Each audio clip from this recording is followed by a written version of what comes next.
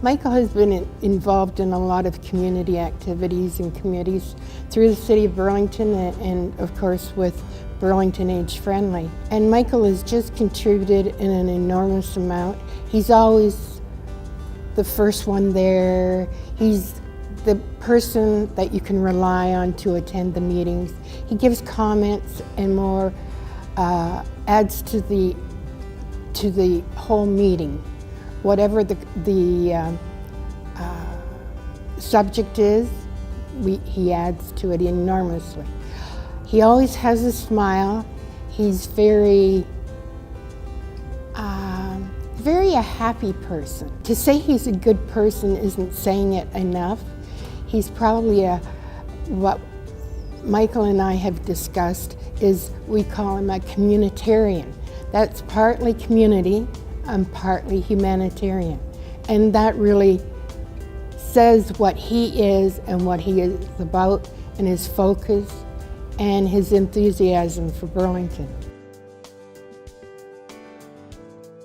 Maggie Wheeler is a very exceptional person.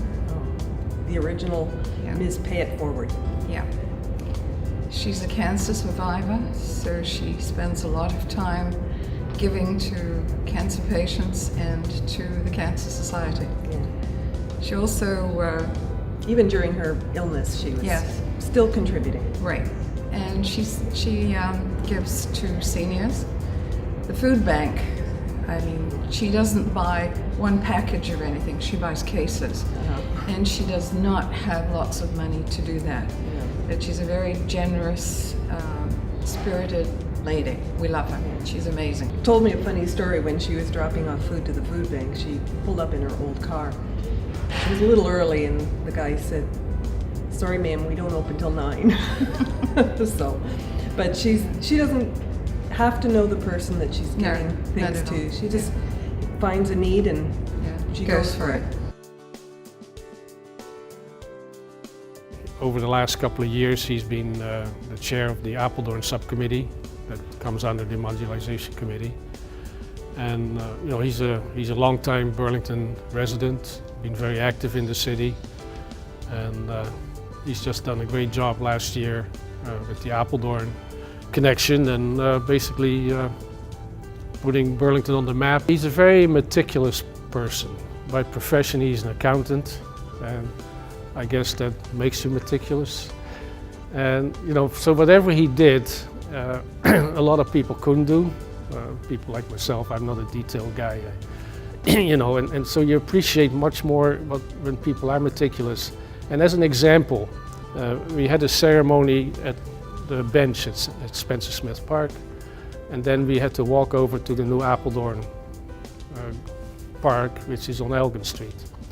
He walked it to make sure that it could be walked within the time frame that we had allocated in the program.